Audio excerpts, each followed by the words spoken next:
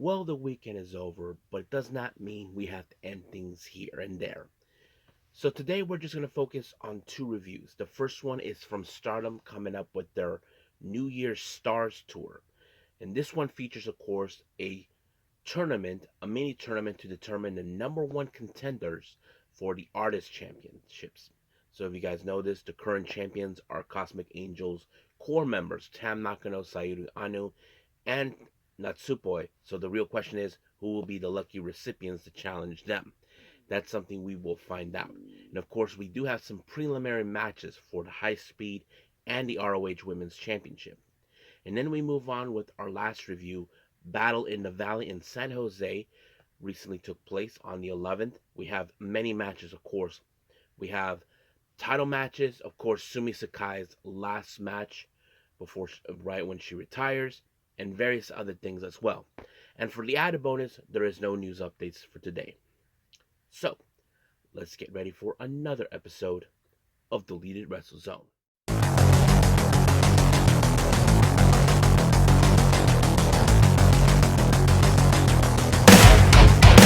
Are you ready? Get up, get up! Get up, get up! Get up, get up! Get up, get up! Get up, get up! Get up, get up! Hey everyone, welcome to Deleted Wrestle Zone. All things that is pro wrestling with AEW, NXT, New Japan Pro Wrestling, TNA, the National Wrestling Alliance, various promotions, wrestlers, matches, and championships.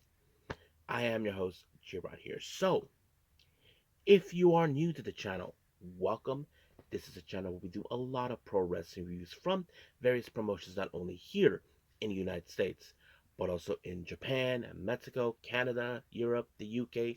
Anywhere in the world pro wrestling is not as big, but it continues to grow. We also, of course, do discussion videos, talk about various topics such as the wrestlers themselves, the promotions, factions, storylines, whatever we want to talk about. We also, of course, do more news updates. If certain information was unable to be on this episode, we can either put it on the next episode or on a separate video by itself. We also, of course, do real-timing news updates to keep you guys on alert if something has happened in the world of pro wrestling that needs to be addressed ASAP. We also, of course, got Unagi Sayaka Watch and various other cool wrestling content as well. So if you like what you see, please subscribe to us or click on that subscribe button. You'll be getting a lot of daily reviews and other cool wrestling content as well. But if you like this episode, please give us a like on the like button or a nice comment in the description down below. Now, all introductions have been said. I believe it's time to get the show on the road. So, let's begin with our very first review, and this one is from Stardom.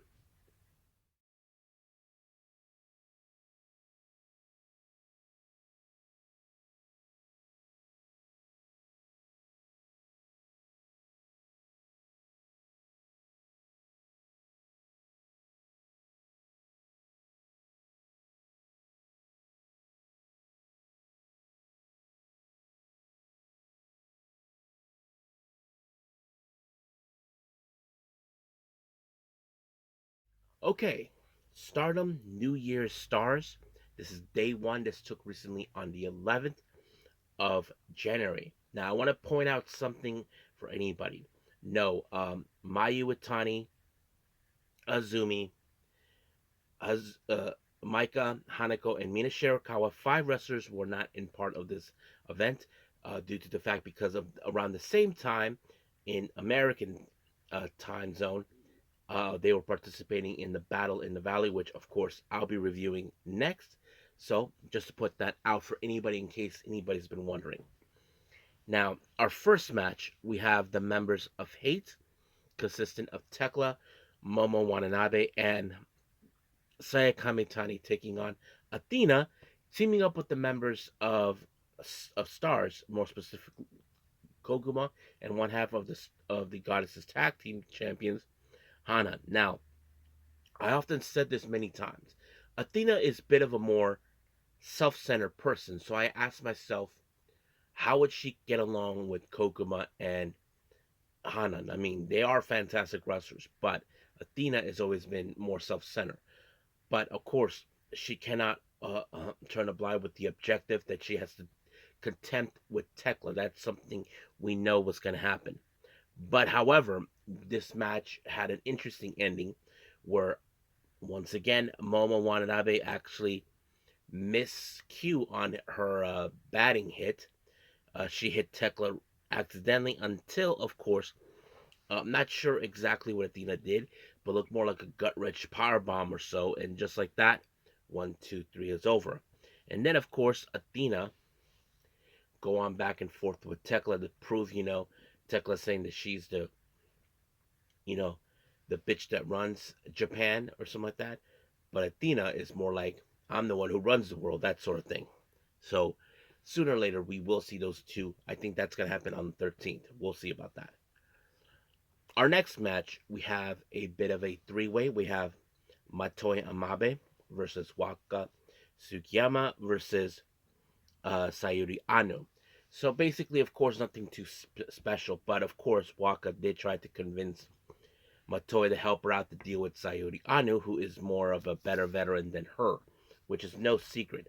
However, of course, Sayuri Anu was able to pick up a win when she applied the pottering onto um, Matoe, and just like that, 1, 2, 3, it's over. Our next match, we have Kyoka Katu um, Kotatsu teaming up with God's Eye once again, teaming up with Tomoka Inaba, Saki Kashima, and Shuri, taking on Neo Genesis, Miyu Amasaki, Suzuki, Mei Sita, and Starlight Kid. However, this is one of those preliminary matches involving Mei Sita and Saki Kashima. Now, remember, Saki Kashima recently won the high speed number one contendership elimination. So, that match will take place on the 13th. Hopefully, I get to see it. Um, but yeah, so that kind of sets it up.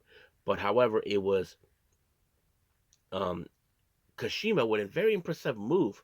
She did like an underhook type to go into a knee strike, kind of like similar when you try to do the GTS, but instead of lifting up, that it was more like lifting up and then the underhook and boom, just like that. I don't know where she got that, but it was very impressive on her part. I'm not gonna lie about that. But this was her match, and she picked up a fantastic win. Our next match, we have the members of Hate, Azusa Inaba and Raka taking on Meltier, Natsupoi, and Tam Nakano of the Cosmic Angels. This was a very tough match, but however, of course, when it comes to Azusa Inaba, don't forget Tam Nakano knows a bit of the martial arts status, but in the end, it was Natsupoi who picked up the win onto Raka, and just like that, 1, 2, 3, adios, it's over. Now, our next matches are the number one contendership for the Artist Championships. Um, we have four teams taking place. Now, let's talk with match number one on this one. We have the Cosmic Angels Next Generation, Sayaka Kurara, Aya Sakura, and Yuna Mizumori. They take on stars Momo Kogo, Saya Ida, and Azuki. Now, of course, we have seen recently in the past how Kurara, Sakura, and Mizumori were able to coexist very well. They have teamed up. Don't forget, their actual team up that they actually did together was last year when, of course, both Kurara and Sakura were intending to join Cosmic Angels. And their teamwork has always been a good factor. But how does this factors with the stars? Now, stars have always had variations when it comes to trios. I mean, we have Momokoko, Saida, and Nazuki. They do get along great. But however, how would that play out? Well, I wasn't too sure. I mean, in the back of my head, I was thinking, okay, stars will have the upper hand. But it was Cosmic Angels who were able to pull it off when they applied, when Yuna Mizumori did the Tropical Sunshine onto Momokogo, and just like that, it was over. However, during a moment, during the victory, Tam Nakano was observing. I'm not sure if she predicted. It's predicting, of course, the next generation of Cosmic Angels to win. I'm not sure, But however, Yuna Mizumori did had a promo. She said something to Momo Kogo. I don't know exactly, but it was a real strong one. Now, our next match, we have the other members of Hate, consistent of Fukigen Death, Rina, and Natsuko Tora taking on Godzai, Rana Yagami, Lady C, and Hina. Now, of course, some of the best moments on this match has to be both Rina and Hina, because if you guys know this already, they're twin sisters. You know that they'll think exactly what they're going to say. But however, when it comes to Hate, you know that they'll try to cut corners in every way possible to win. Someone tossed Rina a whip, and she used that on her own twin sister. And then she applied the Gory Bomb, and just like that, one, two, three, it's over. And of course, the promo, where of course Rena believes that they're going to walk out as the victors. So basically, they will be dealing with the Cosmic Angels in the finals, and I believe that's the next one after this. Hopefully, get to see it. So we'll see what happens. But for now, let's end things here with Stardom and move on with our last review, New Japan Pro Wrestling.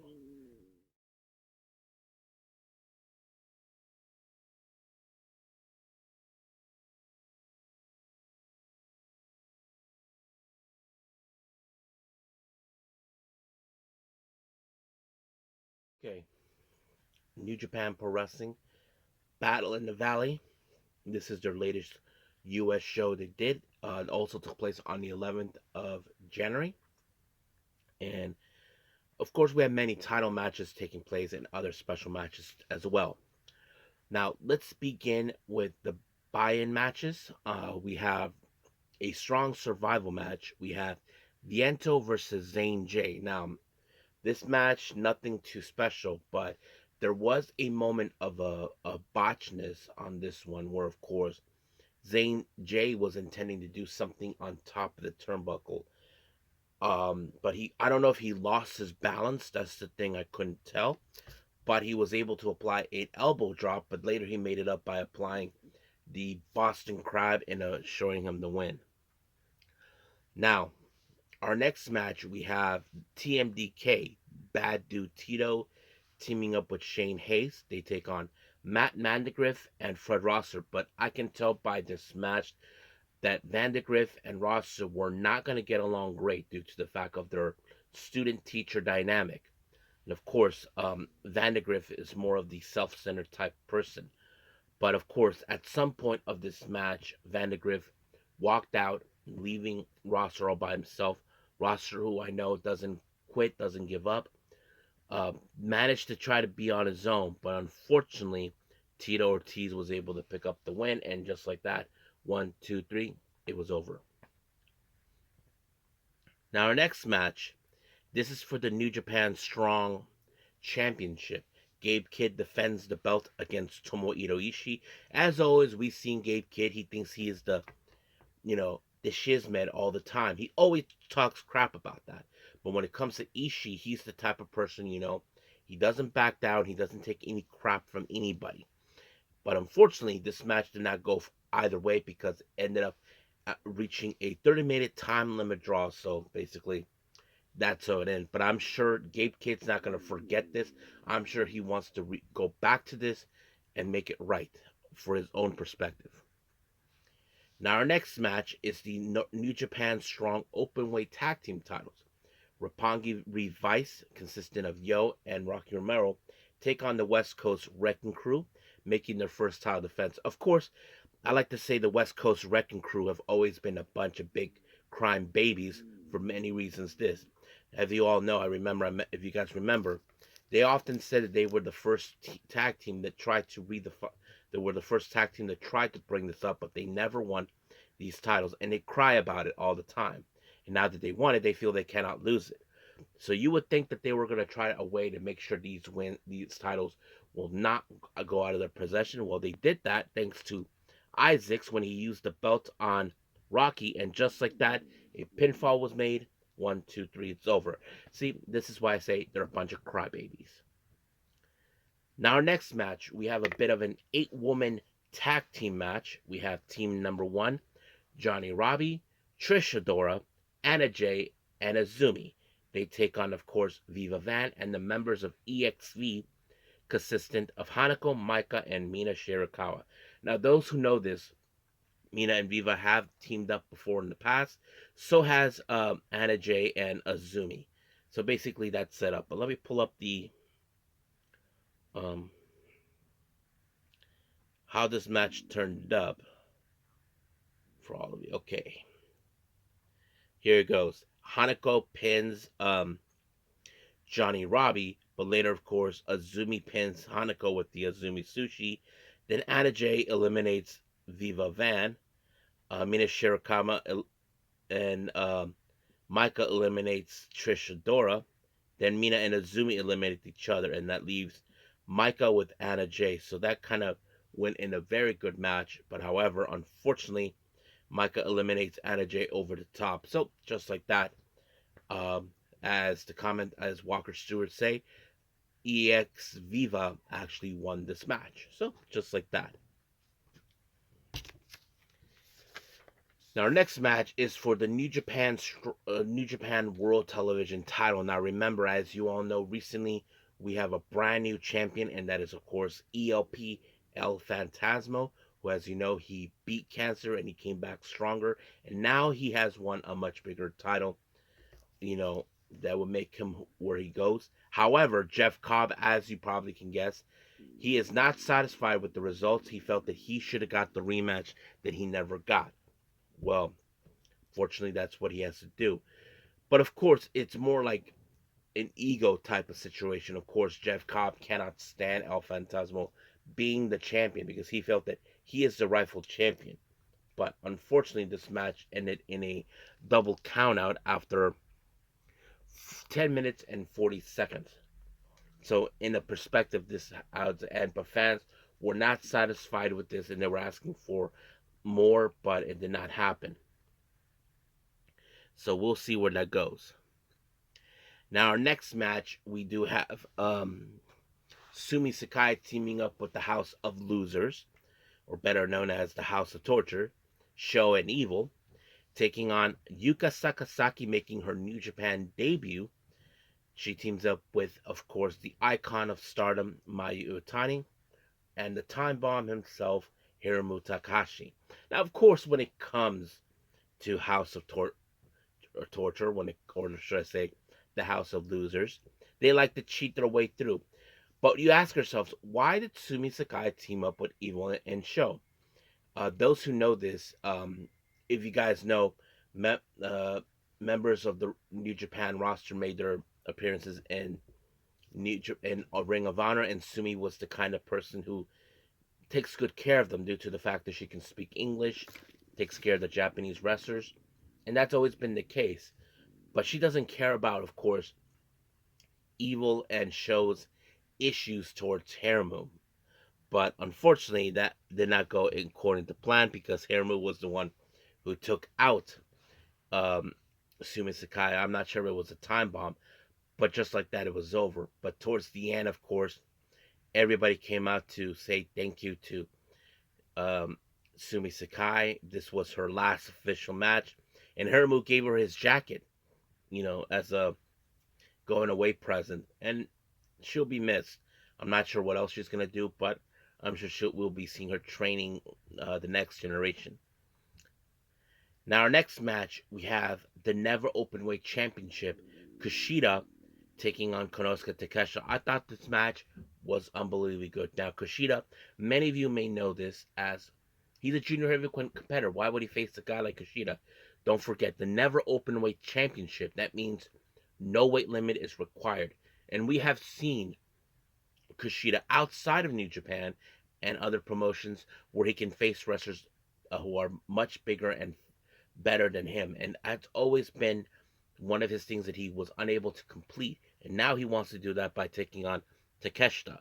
But unfortunately, Takeshita was able to pick up the win with the Raging Fire. And just like that, it was over. But however, Takeshita went on a post-match promo calling out the ace, Hiroshi Tanahashi, saying that on April 11th at the Windy City Riot, as you know, Tanahashi said that he wants to end his career by the 2026 upcoming Wrestle Kingdom, but it seems now Konosuke Takeshita says, "Sorry, pal, I'm not going to allow you to continue on. I'm ending you. Evil failed to do that. My turn." So that's what it is. But the real question is, what does Tanahashi think? Well, we'll have to see. But I do know one thing: Don Callis, who's too much of a snake and talks too much, who I wish I could just put a roll of duct tape and shut him up. He's gonna say some things. The Alpha's gonna do da da da da da da. Yeah, well, shut up, Don. You have a lot of things in your head, especially Kenny. So we'll see about that. Now, our next match. These two guys are no strangers from each other. Echiseto and our current IWGP World Heavyweight Champion, Zack Sabre Jr. Now, this is a non title match. Now, these guys are no strangers to each other. They have faced each other before. One time, of course, Zack Sabre Jr. did face Ichiseto, but unfortunately, that match ended with Ichiseto winning by, of course, referee didn't see him, but he cheated his way through. And then, of course, it was Zack Sabre Jr. who actually picked up the win the next time, so it was 1-on-1. But the real question is, who will pick up next one? Now, of course, we know that these guys are excellent technical wrestlers, so you would think what Echiseto will try to counter what Zack Sabre would do, or what Zack will counter on Echiseto. That's always been one of those great moments where we're seeing technical wrestlers. They know that they can try to escape whatever they throw at them. But towards the end, it was, of course, Zack Sabre Jr. with a jackknife bridge that allowed him to pick up the win, so he gets the lead. But of course, it seems like Eiji Sito wants to have another match with them, but this time he wants the IWGP World Heavyweight title. I say, make it happen. I want to see that. I'm sure many of you would like to see that. Now for our main event, the IWGP Junior Heavyweight Championship. Now remember, Despy won this title by default due to Doiki's injury. He was awarded the belt, and now Taichi Shimuri, who this is the first time in 6 years since the last time he defended the IWGP in U.S. soil, but he never got a match for that. Now he gets another opportunity. So that kind of sets it in. But of course, you would think that Taichi Shimuri would know what Despy would think. But however, it took about maybe two Pinchy Locos, or maybe three, that allow him to retain the belt. And just like that, it was over. So that's pretty much it what happened. So let's see what happens on the next one. But for right now, I think we are done with everything. There's no news updates, so let's just call it a day. Well, I hope everybody enjoys this episode. Coming up, I have not decided yet what to put on the next episode. I hope I haven't seen day 2 or the recent day 3 of Stardom's New Year's Stars. I'm sure it's going to be a lot of fun to enjoy. I haven't reviewed the recent All Japan events with starting the new year for them and all this other stuff. I'm a little bit behind on certain events, so I'll get to that, mostly coming from Japan. So, as I always say, let's wing it. But for right now, we'll leave things as it is. But until then, I will see you guys in the next DWZ time, same DWZ channel. I must bid all of you adieu. So, goodbye. Mwah. And have a nice day. Bang.